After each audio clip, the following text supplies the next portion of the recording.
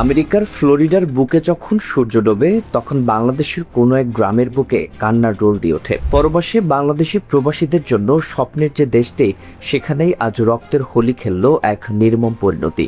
কিন্তু এটা কোনো সাধারণ খুন নয়, এটা এক রহস্যের জাল যা প্রশ্নের পর প্রশ্ন জাগিয়েছে আমাদের মনে। ভাবুন তো, এমন কি হতে পারে যে একজন রুমমেট যার সাথে আপনি একই ছাদের নিচে দিন কাটান, একই টেবিলে খাওয়া দাওয়া করেন, সে হঠাৎ এমন নিষ্ঠুর হয়ে ওঠে যে আপনাকে মেরে ফেলার পরিকল্পনা করে। যুক্তরাষ্ট্রের ফ্লোরিডায় বাংলাদেশি দুই শিক্ষার্থী বৃষ্টি ও লিমনের নৃশংস হত্যাকাণ্ড শুধুমাত্র একটি অপরাধ নয়, এটি একটি ভীতিকর বাস্তবতা যা আমাদের থমকে দিয়েছে। আজকের এই বিশেষ প্রতিবেদনে আমরা খুঁজে বের করার চেষ্টা করব এই হত্যাকাণ্ডের আসল রহস্য। কেন হিসাম আবু গরবেহর মতো একজন রুমমেট এই হত্যাকাণ্ড ঘটালো? এটি কি নিছক একটি তুচ্ছ ঝগড়ার জের, নাকি এর পেছনে রয়েছে কোনো পূর্ব পরিকল্পিত নীল নকশা? ঘটনাটি যখন ঘটে তখন ফ্লোরিডার আকাশে যেন মুখ থুবড়ে পড়েছিল বৃষ্টি আর লিমন। দুজনেই ছিলেন মেধাবী, স্বপ্ন দেখতেন আকাশ ছোঁয়ার, বাবা মায়ের মুখ উজ্জ্বল করার। পরবাসীর একলা জীবনে তারা ছিলেন একে অপরের একমাত্র আশ্রয়। তাদের মধ্যে ছিল গভীর ভালোবাসা ও বোঝাপড়া, কিন্তু সেই সুন্দর স্বপ্নের গল্পের ইতি টানল এক রাতের নির্মমতা। প্রশ্ন হলো কেন এই খুন? এই প্রশ্নের উত্তর খুঁজতে গিয়ে আমরা যখন অপরাধ বিশেষজ্ঞ ও সাবেক FBI এজেন্ট ডক্টর ব্রায়ানা ফক্সের কাছে পৌঁছাই, তখন উঠে আসে চমকপ্রদ কিছু তথ্য। ডক্টর ফক্সের বিশ্লেষণ অনুযায়ী এই ধরনের ঘটনার পেছনে সাধারণত তিনটি কারণ থাকে: আর্থিক লেনদেন, ব্যক্তিগত শত্রুতা বা তাৎক্ষণিক কোনো তীব্র ঝগড়া। কিন্তু এই ঘটনাটি কি সেই তিনটির মধ্যে কোনো একটির মধ্যেই সীমাবদ্ধ, নাকি এর গভীরে লুকিয়ে আছে আরো ভয়াবহ কিছু? তদন্তকারী সংস্থাগুলো এখনো মোটিভ বা উদ্দেশ্য খুঁজছে, তবে প্রাথমিক আলামত এবং নেটিজেনদের আলোচনা ঘেটে একটি ভিন্ন তথ্য বেরিয়ে আসছে যা আমাদের শিউরে দিয়েছে। অপরাধ বিশেষজ্ঞদের একটি বড় অংশ মনে করছেন এই হত্যাকাণ্ডের মূল কারণ হতে পারে তীব্র হিংসা বা ঈর্ষা।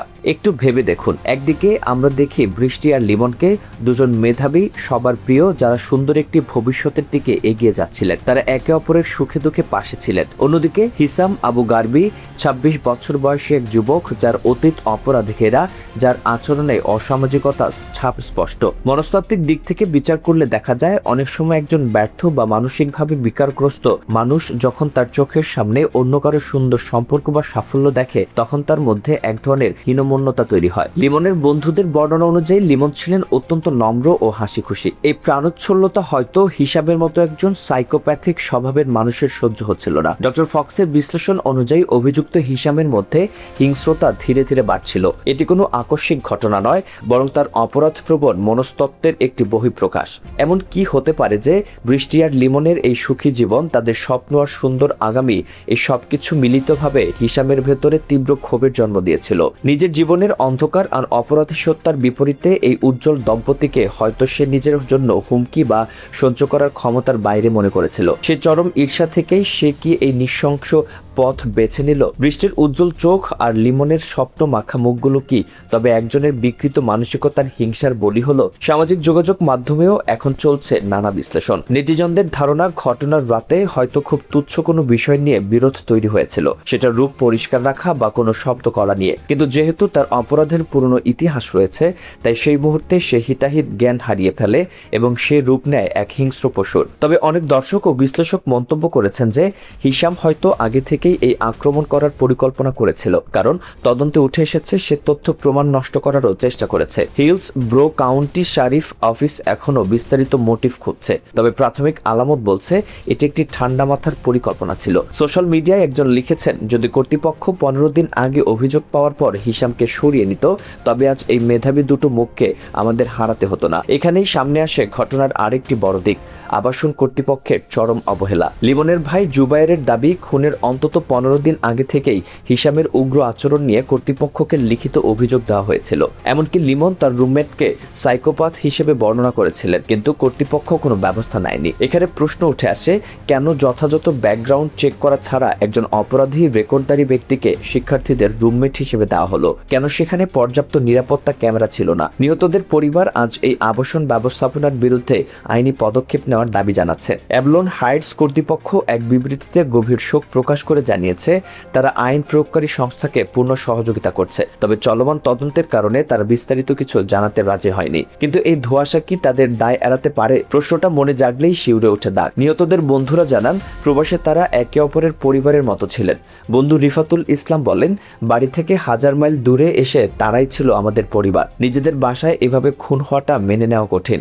আরেক বন্ধু সালমান সাদিক শুভ বলেন, লিমন খুব হাসি খুশি ও নম্র স্বভাবের ছিলেন, আর বৃষ্টি ছিলেন অত্যন্ত বন্ধুসুলভ। তবে আরেকটি বড় প্রশ্ন থেকে যায় বৃষ্টির সম্পৃক্ততা নিয়ে। তিনি কি কেবল লিমনের পাশে দাঁড়াতে গিয়ে এই রাগের শিকার হলেন? নেটিজেনদের একটি বড় অংশ মনে করছেন বৃষ্টি হয়তো ঘটনাটি দেখে ফেলেছিলেন বা লিমনকে বাঁচাতে গিয়ে এগিয়ে এসেছিলেন, আর তখনই খুনি হিসাম তাকেও টার্গেট করে। দর্শক, এটি সম্পূর্ণ একটি সম্ভাব্য বিশ্লেষণ বলে মনে করছেন, যা নেটিজেনদের মন্তব্য থেকে উঠে এসেছে। তবে পুলিশের চূড়ান্ত রিপোর্ট না আসা পর্যন্ত আমরা নিশ্চিত করে কিছু বলতে পারি না। তবে এই যে সাইকোপ্যাথিক আচরণের ইঙ্গিত পাওয়া যাচ্ছে, তা প্রবাসী রুমমেট নির্বাচনের ক্ষেত্রে আমাদের বড় একটি সতর্ক বার্তা দিয়ে যাচ্ছে। আমরা কি আমাদের রুমমেটকে যথেষ্ট চিনতাম? এখন আসা যাক খুনির পরিচয়।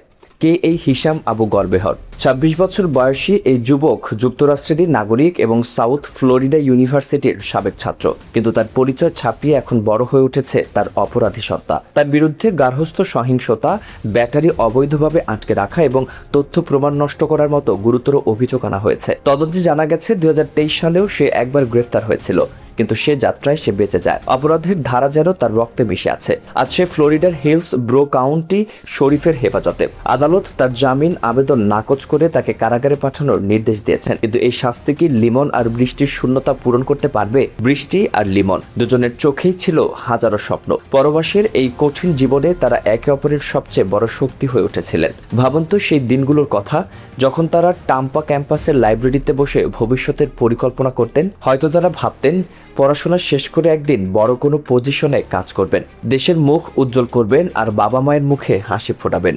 তাদের সোশ্যাল মিডিয়া বা বন্ধুদের শেয়ার করা স্মৃতিগুলো দেখলে বোঝা যায় তারা একের পর এক ছোট আনন্দগুলোকেও কতটা গুরুত্ব দিতেন। প্রবাসে যখন একাকিত্ব গ্রাস করে, তখন এই দুজনের অটুট বন্ধন তাদের সামনে এগিয়ে যাওয়ার প্রেরণা দিত। হয়তো ঘটনার সেই রাতেও তারা কোনো সুন্দর ভবিষ্যতের স্বপ্ন নিয়ে আলোচনা করছিলেন। লিমনের বাবা যেমন বলতেন তার ছেলেকে তিলে তিলে তিনি বড় করেছেন কোনো কষ্ট না দিয়ে, ঠিক সেই আদরের হয়তো লিমন বৃষ্টির খেয়াল রাখতেন। কিন্তু কে জানতো মানুষটি যার সাথে তারা একই ছাদে নিচে থাকতেন, সেই হিসাম আবু গরবেহরের মনের ভেতরে এমন এক অন্ধকার দানা বাঁধছে যা এই দুটি সাজানো জীবনকে তছনছ করে দেবে। একটি সুন্দর ভবিষ্যৎ দেখার আগেই তাদের জীবনের প্রদীপ নিভে গেল। বৃষ্টি আর লিমনের এই ভালোবাসার গল্প আর তাদের এই অমলিন হাসি আজ আমাদের সবার হৃদয়ে এক বড় প্রশ্ন রেখে গেছে। কেন এই অকাল প্রস্থান? মানুষ কতটা নিষ্ঠুর হতে পারে? সবচেয়ে বড় শোকের খবর হলো জামালপুরের মাদারগঞ্জে জানাজার নামাজ শেষে পারিবারিক কবরস্থানে দাফন করা হয়েছে লিমনের মরদেহ। সোমবার মাগরিবের নামাজের পর উপজেলার করুইচূড়া ইউনিয়নের লালডুবা উচ্চ বিদ্যালয় মাঠে তার জানাজার নামাজ অনুষ্ঠিত হয়। ভেবে দেখুন আপনার রুমমেট সম্পর্কে আপনি কতটুকু জানেন।